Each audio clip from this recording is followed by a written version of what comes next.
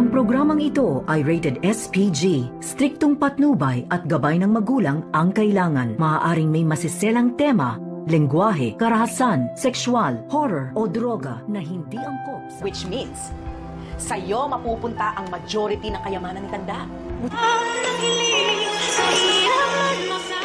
Narito na nga ang ating pagkaabangan ngayong Martes sa Abot Kamay na Pangarap. Nagkakagulatan na nga dito sa sinabi ni Eric na buhay nga itong anak ni Giselle at ito na nga si Justin. At dahil dito, gusto naman na makabawi ni Giselle dito kay Justin. Kaya nag-set up ito ng lunchtime upang makasama sana itong kanyang anak. Subalit, ang sumipot nga ng pagkikita sana nilang dalawa ay itong si Eric na dating ex-boyfriend dito ni Giselle na siya naman ang ama dito ni Justin.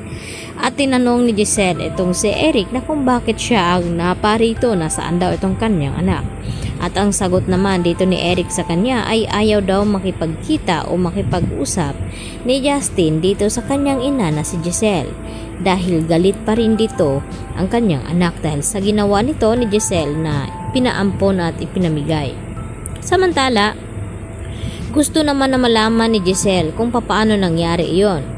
At dito naman na ikinukwento dito ni Eric sa kanya kung paano natunton ni Don Pepe dito sa US itong si Eric at itong apo nito na si Justin.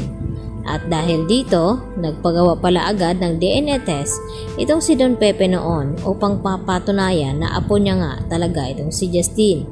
At nagiging positive naman ang nagiging resulta.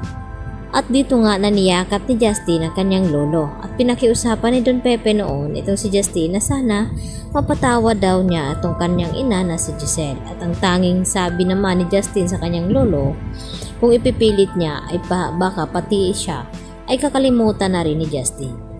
Samantala, hindi pa rin tumitigil itong si Giselle hanggang hindi niya makakausap itong kanyang anak at makabawi siya rito.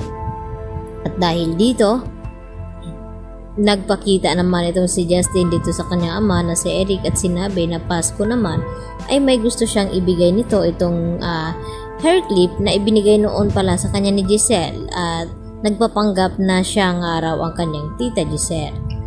At dito naman na siguraduhin daw ni Justin na masasaktan itong si Giselle kapag ibinabalik niya itong clip ng buhok nito.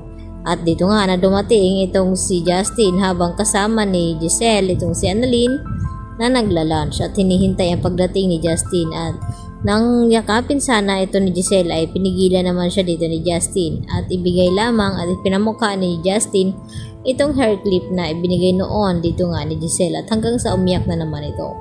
Samantala, nakakarating na rin dito kina Moira at Zoe ang tungkol sa anak ni Giselle na buhay pa nga ito at kampante naman na sinabi ni Moira sa kanyang anak na si Zoe na sigurado daw sila na hindi ito nakilala ni Don Pepe. At hindi naman siguro ito pamamanahan daw. At dagdag pa ni Moira sa kanyang anak na sigurado daw siya na kay Zoe daw ipapamana ang majority ng kayamanan dito ni Tanda na ngayon nga ay talagang hindi pa ito nagkamalay at conscious pa rin ang kalagayan ngayon ni Don Pepe.